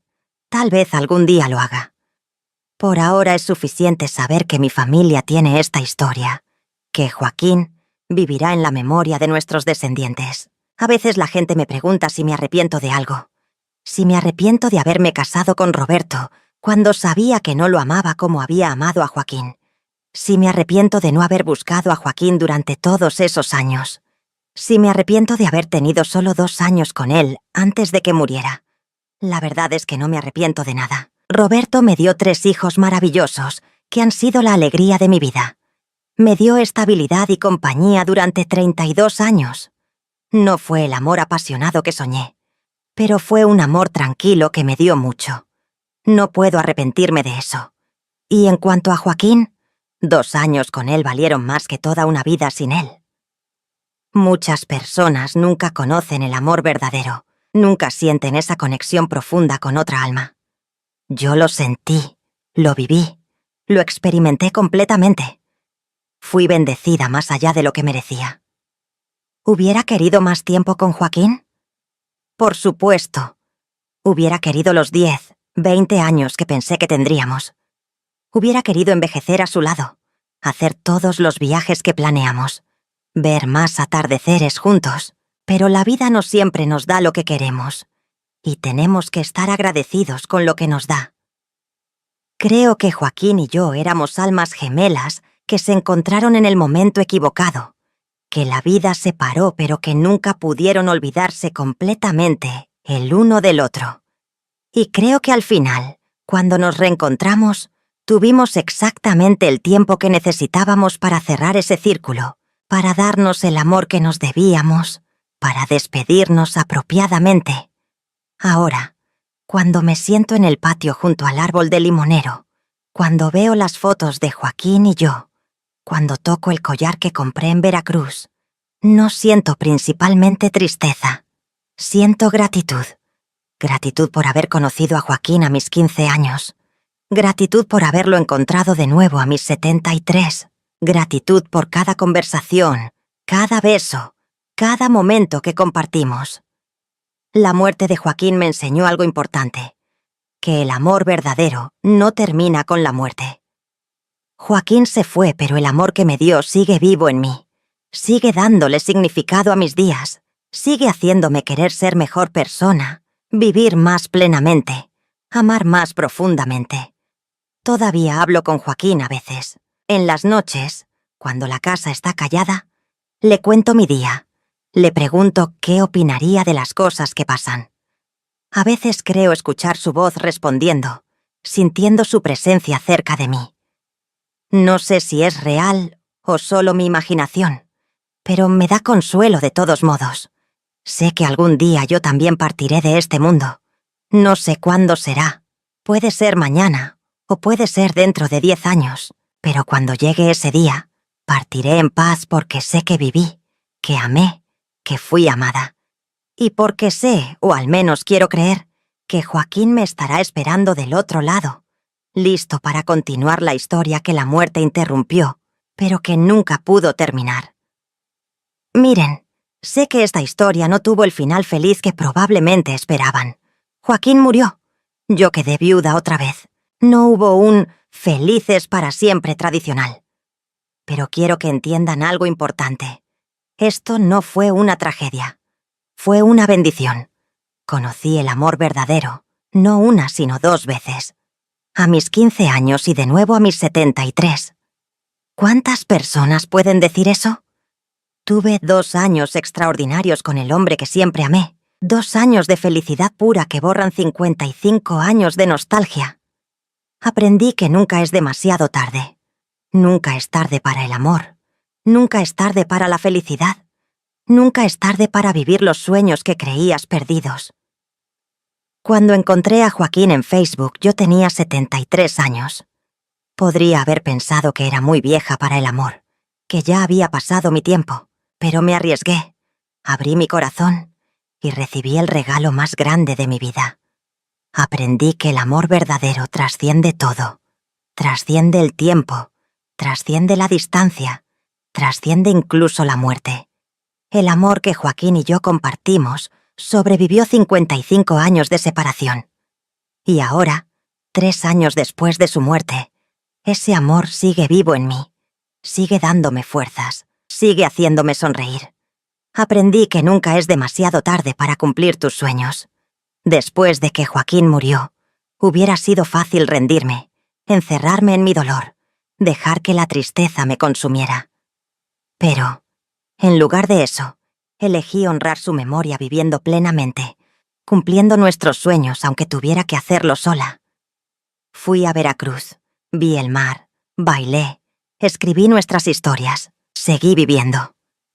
Y tal vez esa es la lección más importante de todas, que la vida vale la pena vivirla, incluso cuando duele, especialmente cuando duele.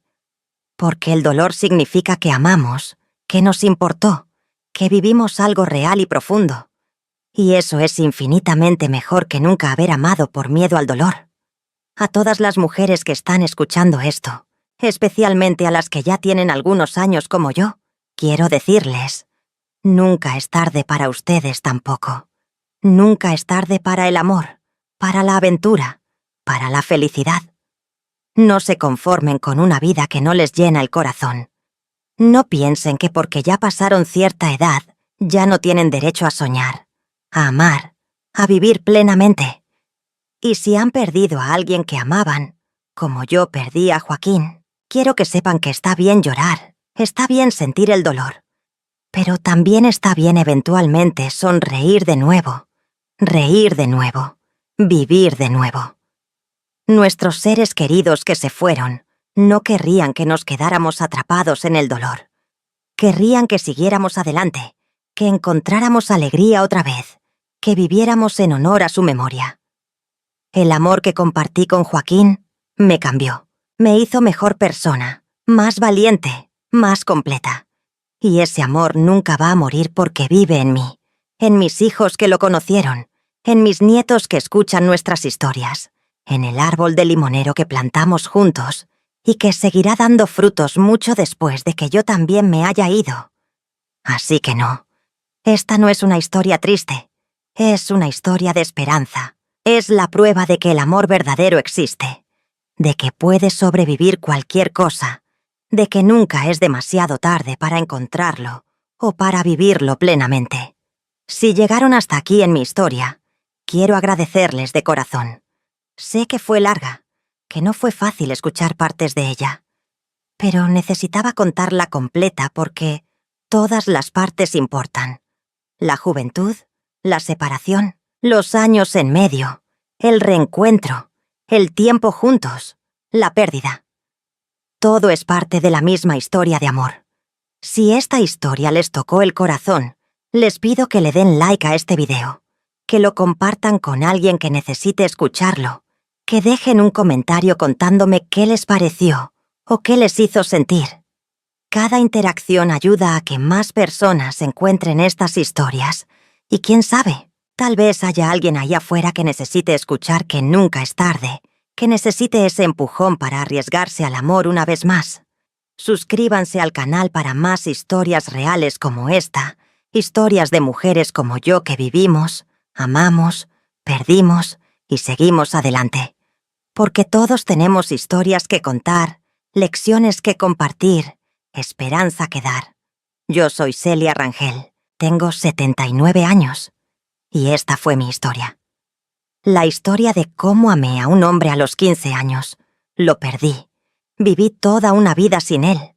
Lo encontré de nuevo a los 73. Tuve 2 años de felicidad perfecta con él.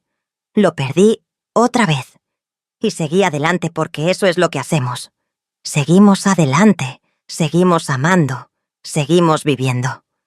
Porque al final, eso es lo único que nos llevamos de esta vida. El amor que dimos y el amor que recibimos. Y yo puedo decir con todo mi corazón que amé y fui amada profundamente. Joaquín se fue, pero el amor quedó. Y ese amor es lo que me hace levantarme cada mañana, lo que me hace cuidar nuestro árbol, lo que me hace sonreír cuando recuerdo, lo que me hace seguir viviendo plenamente hasta que llegue mi tiempo de reunirme con él otra vez. Nunca es tarde, mis queridas amigas. Nunca es tarde para el amor, para los sueños, para la felicidad. No dejen que nadie, ni siquiera ustedes mismas, les digan lo contrario. Que Dios las bendiga a todas, y gracias por escuchar mi historia.